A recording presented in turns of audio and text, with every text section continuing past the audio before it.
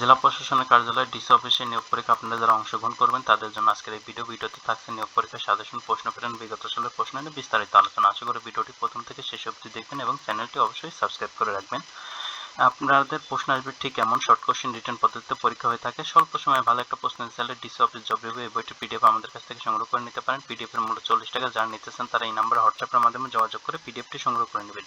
এই পিডিএফে এই যাবৎকালে বিভিন্ন জেলায় যে বিভিন্ন পোস্টে পরীক্ষা হয়েছে সেই পরীক্ষার প্রশ্ন প্যাটার্ন দেওয়া আছে এবং সমাধান দেওয়া আছে প্রায় 90 পেজের মতন। আর এই প্রশ্নটা আমরা এই ভিডিও শেষে সমাধান করব। তার আগে আমরা আলোচনা করব যে আপনাদের কোন কোন টপিকস পড়তে হবে, কোন কোন বই পড়তে হবে। আপনারা যদি 100% প্রশ্ন কমন পেতে চান তাহলে আপনাদের পড়তে হবে বাংলা, ইংরেজি, গণিত, সাধারণ জ্ঞান। এই টপিকসগুলো পড়তে হবে। কোন কোন বই থেকে পড়বেন, এই বইগুলো থেকে আলাদা আলাদাভাবে সংগ্রহ করে নিয়ে পড়বেন আর সাথে প্রিভিয়াস কোশ্চেন ব্যাংক পড়বেন। সবগুলো বইয়ের পিডিএফ যদি একসাথে সংগ্রহ করে নিয়ে পড়তে পারেন 100% প্রশ্ন কমন পাবেন। সবগুলো বইয়ের পিডিএফ এর মূল্য কিন্তু 100 টাকা। যারা নিতে চান তারা এই নাম্বারে হোয়াটসঅ্যাপের মাধ্যমে যোগাযোগ করে সবগুলো বইয়ের পিডিএফ সংগ্রহ করে নিতে পারেন। সেক্ষেত্রে এটা স্ক্রিনশট দিয়ে এই নাম্বারে হোয়াটসঅ্যাপ পাঠিয়ে দেবেন।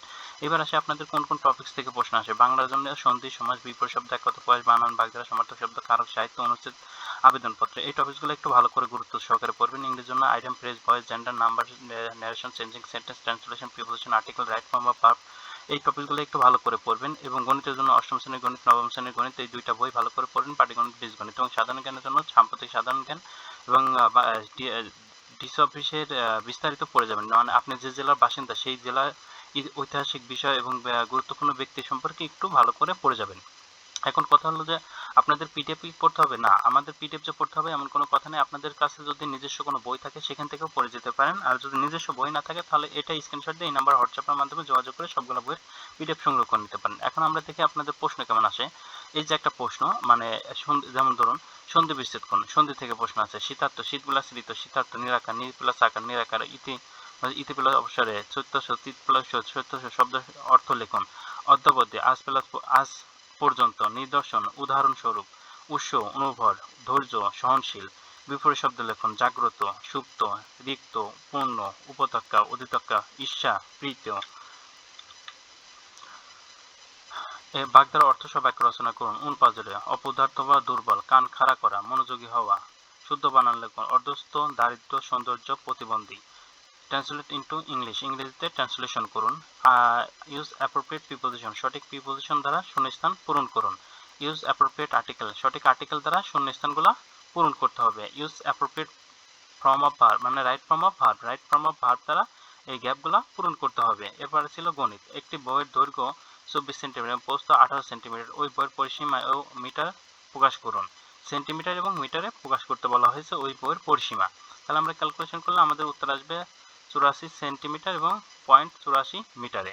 একটি কৃষক একটি জমিতে 1/1 অংশ ধান, 1/4 অংশ আখ, 1/5 অংশ লাল শাক চাষ করলেন। বাকি অংশ ফাঁকা রইল। জমির কত অংশ ফাঁকা রইল? আমরা ক্যালকুলেশন করলে 1/20 অংশ, মানে 20 ভাগের 1 ভাগ ফাঁকা রইল।